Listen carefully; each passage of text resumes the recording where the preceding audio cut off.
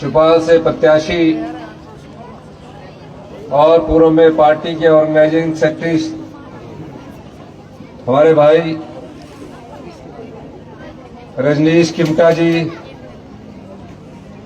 हमारे एआईसीसी के सेक्रेटरी हमारे छोटे भाई सुरेंद्र शर्मा जी, हमारे Chandra Mohan ji PCC secretary, Jiyalal Sharma ji ex block president, Jagdish Jinta जो मेरे साथ संजौली कॉलेज में पढ़ा करते थे,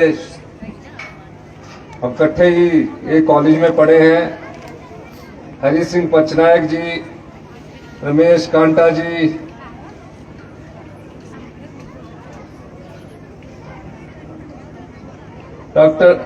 हमारे डॉक्टर एसपी कतियाल जी, सुरेंद्र मोहन मेहता जी, सबला राम चौहान जी, सभी कुपवी के बुजुर्ग, माताएं, युवा साथियों, प्यारी बहनों और प्यारे बच्चों, 2 दिन पहले हमारी सरकार के 2 साल पूर्ण हुए और 2 साल पूर्ण होने के बाद हमारी सरकार ने एक समारोह का आयोजन बिलासपुर में किया। हमने सरकार की जो व्यवस्था परिवर्तन के द्वारा आत्मनिर्भर की सोच को उसमें दर्शाने की कोशिश की। जब मैं प्रदेश का मुख्यमंत्री बना, प्रदेश का मुख्यमंत्री बनने के बाद हमेशा से मेरे मन में एक सोच रही है कि गांव के लोगों के जीवन यापन में कैसे सुधार किया जाए, गांव में रहने वाले समाज के अंतिम व्यक्ति तक कैसे विकास की योजनाएं पहुंचे, और इस दृष्टि से मैंने कार्य करना शुरू किया।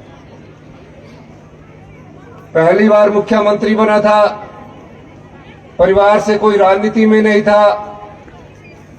आप जैसे परिवार से उठकर राजनीति की सीढ़ियां चढ़ते चढ़ते मैं मुख्यमंत्री के पद पर पहुंचा। मैं जानता हूं, मैं आम आदमी का भी दर्द जानता हूं, मैं किसान की पीड़ा को भी जानता हूं, क्योंकि मैं आम आदमी और किसान परिवार से भी आता हूं। किस प्रकार हमारा जीवन यापन होता है, किस प्रकार हम शिक्षा ग्रहण करके आगे बढ़ते हैं और किन किन चुनौतियों का सामना करके जब आपने राजनीति को अपना पेशा चुन लिया होता है तो किस प्रकार की राजनीतिक लड़ाई आपको लड़नी पड़ती है। मुझे बचपन से ही लोगों की सेवा करने का मौका मिलता था। मैं गवर्नमेंट कॉलेज संजौली में पहली बार सीआर बना और जगदीश जिंटा जी इस बात को अच्छी तरह जानते हैं। उस समय गवर्नमेंट कॉलेज संजौली में चौपाल कुपवी के बहुत लड़के पढ़ा करते थे। उस समय 85 की बात कर रहा हूं मैं, 4000 से 5000 की लड़कों की स्ट्रेंथ हुआ करती थी। पढ़ते पढ़ते राजनीतिक सीढ़ियां चढ़ते चढ़ते शिमला में सीआर बना और उसके बाद 2003 में पहली बार मुझे विधायक बनने का मौका मिला।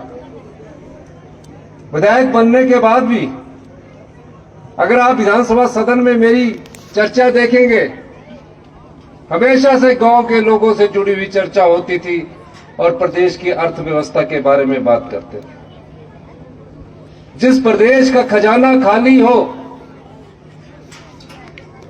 जिस प्रदेश की संपदा को, जो कि आपकी संपदा है, आम जनता की संपदा है, उस संपदा को लुटा दिया जाए और ये सोचकर लुटा दिया जाए कि हम सिर्फ 5 साल के लिए सत्ता में हैं।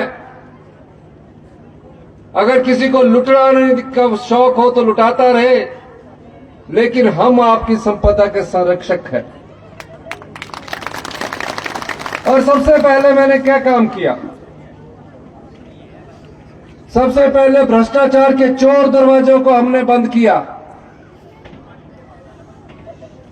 कहा कि आम आदमी के पैसे को, गरीब आदमी के पैसे को हम लुटने नहीं देंगे। हमने मंत्रिमंडल तक का विस्तार नहीं किया और मंत्रिमंडल का विस्तार भी 1 महीने बाद किया। जब मैंने उस मुख्यमंत्री की कुर्सी पर गया, उससे पहले मैंने ऐतिहासिक रिज मैदान पर शपथ लेते हुए उस परंपरा का तोड़ा जिसमें अधिकारी कर्मचारी सचिवालय के गेट में जाकर स्वागत करते थे। मैं बालिका आश्रम गया। ये नहीं कि मैं मुख्यमंत्री बनने के बाद गया, उससे पहले भी जाता था। मैं उनकी भावना को पढ़ता था। वो बेटे बेटियां मेरे से कुछ कहते नहीं थे, एक भावना होती थी उनकी।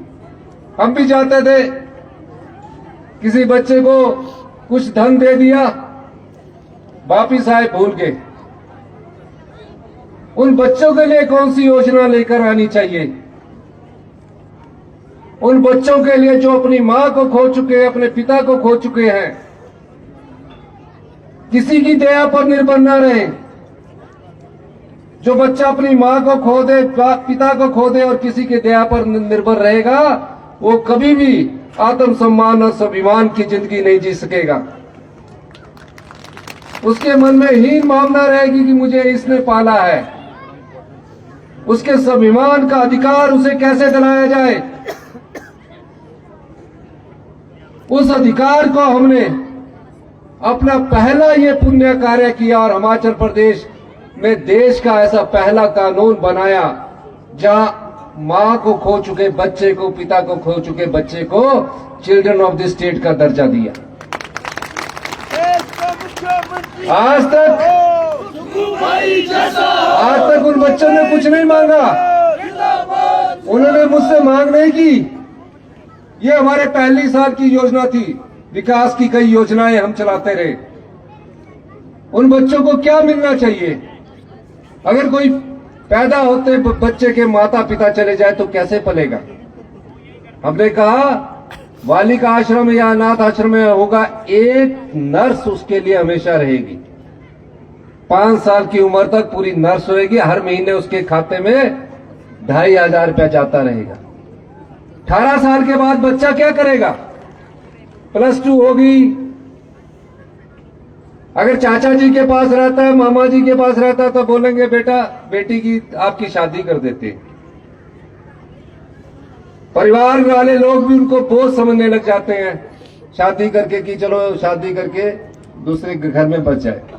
हमने कहा नहीं, वो 27 साल की उम्र तक उस बच्चे का खर्चा, जब तक कि वो पूरी तरह समझदार नहीं हो जाता, बेटी या बेटा, हिमाचल प्रदेश की सरकार उठाएगी। और 18 साल के बाद अगर बच्चा पढ़ने जाता है तो उसे 4,000 रुपया पॉकेट मनी मिलेगी, पूरे कॉलेज की फीस मिलेगी, पूरे हॉस्टल की फीस मिलेगी। सर्दी के लिए कपड़े के 5,000 रुपये मिलेंगे, गर्मी के लिए कपड़े के लिए 5,000 रुपये मिलेंगे। जिस तरह अपने परिवार के बच्चों को घुमाने के लिए हम ले जाते हैं, उसी प्रकार अपने परिवार के बच्चे की तरह उसको साल में एक बार घूमने का मौका मिलेगा और बाई ईयर जाने की सुविधा मिलेगी, 3 स्टार होटल में रहने की सुविधा मिलेगी। अगर उसने डॉक्टर बनना है, +2 के बाद कोचिंग करना जाना चाहती तो 1 लाख रुपया कोचिंग के लिए मिलेगा। डॉक्टर बन गई, पूरी फीस मिलेगी, पूरा हॉस्टल का खर्चा मिलेगा। चाहे डॉक्टर बन जाए, चाहे इंजीनियर बन जाए, चाहे ITI कर ले, चाहे पॉलिटेक्निकल कर ले, चाहे PhD कर ले, चाहे कोई भी प्रोफेशनल कोर्स कर ले। ये हमारी सरकार ने उन 6,000 बच्चों को, जो हमारी मां अपनी माता और पिता को खो चुके, अगर उसकी शादी होगी तो सरकार की तरफ से उसे 2 लाख रुपए मिलेगा। अगर वो अपना दुकान या व्यापार करना चाहती है तो सरकार की तरफ से उसे 2 लाख रुपया मिलेगा। अगर उसके पास जगह है तो घर बनाने के लिए 3 लाख रुपए मिलेगा। अगर जगह नहीं है तो जहां सब जगह उपलब्ध होगी उस जगह को हम उस बेटी या बेटे को उपलब्ध करवा रहे हैं।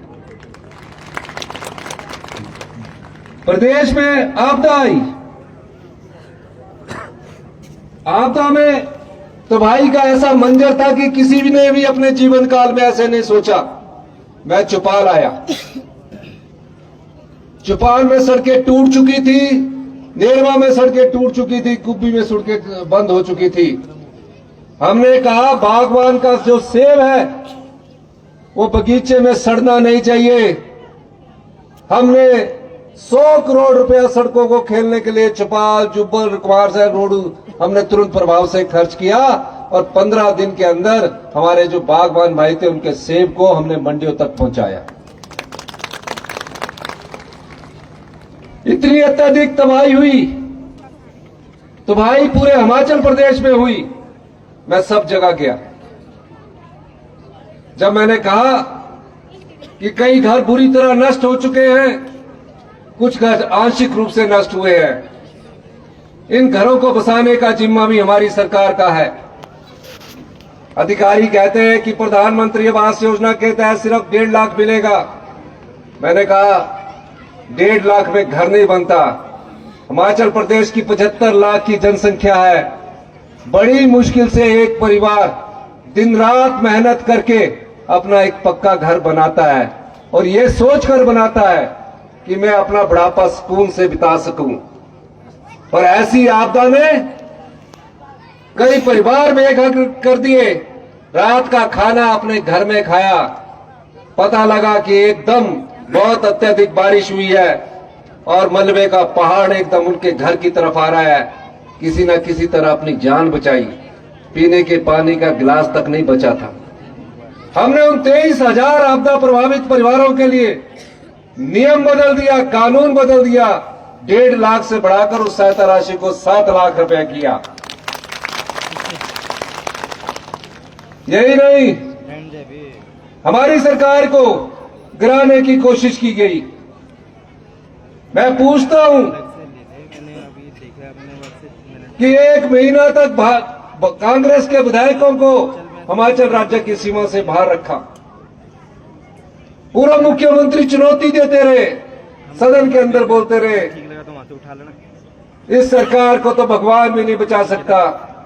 मैं हिमाचल की जनता का धन्यवाद करना चाहता हूं, भगवान का धन्यवाद करना चाहता हूं, प्रदेश के देवी देवताओं का धन्यवाद करना चाहता हूं कि एक उनके आशीर्वाद से आम आदमी के परिवारों की सरकार बच गई। दूसरे साल का बजट आया। दूसरे साल के बजट में हमने उन विधवा बहनों का ख्याल रखा जिन विधवा बहनों की पति की अचानक मृत्यु हो जाती है। पढ़ने वाले बच्चे पढ़ाई करना चाहते हैं, आर्थिक स्थिति ठीक नहीं है, पढ़ाई करें या घर का खर्चा चलाएं। ये इंदिरा गांधी सुख शिक्षा योजना जो हम आपके लिए लेकर आए हैं अभी, जिसका यहां भी शुभारंभ किया है, जिन विधवा बहनों की आय 3 लाख रुपए से कम होगी या 2.5 लाख रुपए से कम होगी, 2.5 लाख से कम होगी, उन विधवा बहनों के बच्चे हिंदुस्तान में कहीं भी पढ़ रहे हैं, किसी भी कॉलेज में पढ़ रहे हैं, उनकी पूरी पढ़ाई का खर्चा हिमाचल प्रदेश की सरकार देगी और पीजी का खर्चा, अगर हॉस्टल नहीं है, 3,000 रुपया भी हिमाचल प्रदेश की सरकार देगी। जिन विधवा बहनों के पास घर नहीं है, जिनकी आय 2.5 लाख रुपए से कम है, हमारी सरकार मुख्यमंत्री विधवा बहन योजना आवास योजना लेकर आई है। जिस विधवा बहन की आय 2.5 लाख रुपए से कम है, उसके घर बनाने के लिए भी हम 3 लाख रुपया देंगे। और विधवा बहन के अलावा जो एकल नारी भी है और जिस बहन को छोड़ा हुआ भी है उसके पति ने, और उसकी आय 2.5 लाख से कम है, हम उनके लिए भी 3 लाख रुपए की आवास योजना लेकर आए हैं। सरकारी कर्मचारी थे, सरकारी कर्मचारियों को सामाजिक सुरक्षा कैसे मिले? पुरानी पेंशन में थे नहीं, हमने 1,36,000 सरकारी कर्मचारियों को सामाजिक सुरक्षा दी, ओल्ड पेंशन स्कीम से नवाजा। गांव में रहने वाले व्यक्ति के हाथ में पैसा कैसे आए? मैंने पिछले कल 2 दिन पहले बिलासपुर में कहा, अगला बजट ग्रामीण अर्थव्यवस्था को लेकर होगा, और हमने ग्रामीण अर्थव्यवस्था में पिछले बजट से कार्य करना शुरू कर दिया है। क्या आपने कभी सोचा था कि गाय के दूध का मूल्य हिमाचल प्रदेश की मिल्क फेडरेशन जो 30 रुपए किलो खरीदा करती थी, मैंने एक ही बार में उसमें 15 रुपए की बढ़ोतरी की, गाय के दूध का मूल्य हमने 45 रुपए किया। मैं रामपुर गया, रोडू गया, वह महिलाएं बहुत खुश, कहते पहली बार सरकार के मिल्क फेडरेशन ने हमारे से 45 रुपए किलो के दूध, 45 रुपए प्रति लीटर के हिसाब से दूध खरीदा। अब जिसने पशु रखा होता है, पशुधन उसके पास होता है, गोबर होगा, किल्टे और टोकरियों में भरकर गोबर खेतों में हम लोग डालते हैं। हमने कहा वह गोबर से जो कोई मक्की उगाएगा, हिमाचल प्रदेश की सरकार 30 रुपए किलो के हिसाब से मक्की खरीदेगी। गोबर से जो गेहूं उगाएगा, हिमाचल प्रदेश की सरकार 40 रुपए किलो गेहूं खरीदेगी। सरकार खरीदेगी, मिनिमम सपोर्ट प्राइस मिलेगा, पर गोबर आधारित होना चाहिए, यूरिया नहीं होगा उसमें। 40 रुपए खरीदेगी। अगर सेब 40 रुपए किलो बिकेगा तो आपके खेत की मक्की और गेहूं भी 40 रुपए किलो सरकार आपके यहां आके खरीदेगी। ये अभी यही नहीं रुकने वाला, ये और आगे जाएगा। हमने कहा मनरेगा में हमारे मजदूर लगे रहते हैं, मनरेगा में हमारे मजदूर लगे रहते हैं, हमारी माताएं काम करती है, बहनें काम करती है। 240 रुपए मनरेगा की दिहाड़ी हुआ करती थी, असेसमेंट की जाती थी, असेसमेंट के आधार पर कभी 150 रुपया मिलता था, कभी 190 रुपया मिलता था। हमने मनरेगा की दिहाड़ी में 60 रुपए की वृद्धि की और आज मनरेगा की दिहाड़ी 300 रुपए के हिसाब से आपको मिल रही है।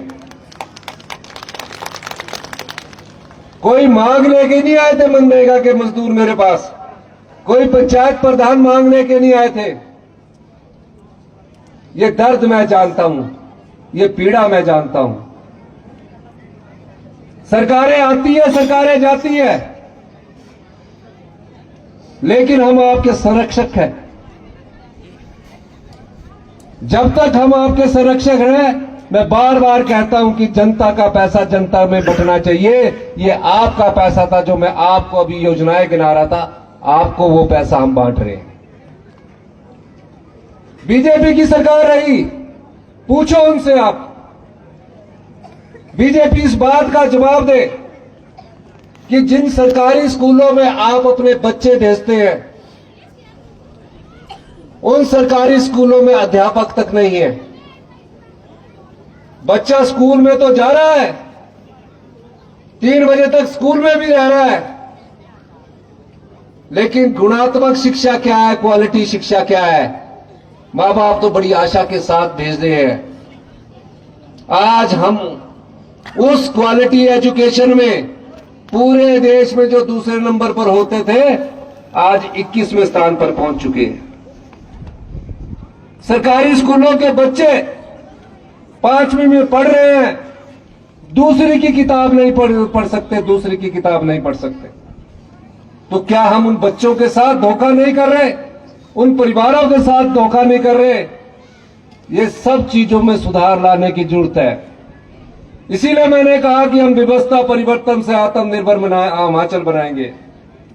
शिक्षा संस्थान खोल दूं मैं आपके, +2 कर दूं मैं स्कूल, 10वीं कर दूं।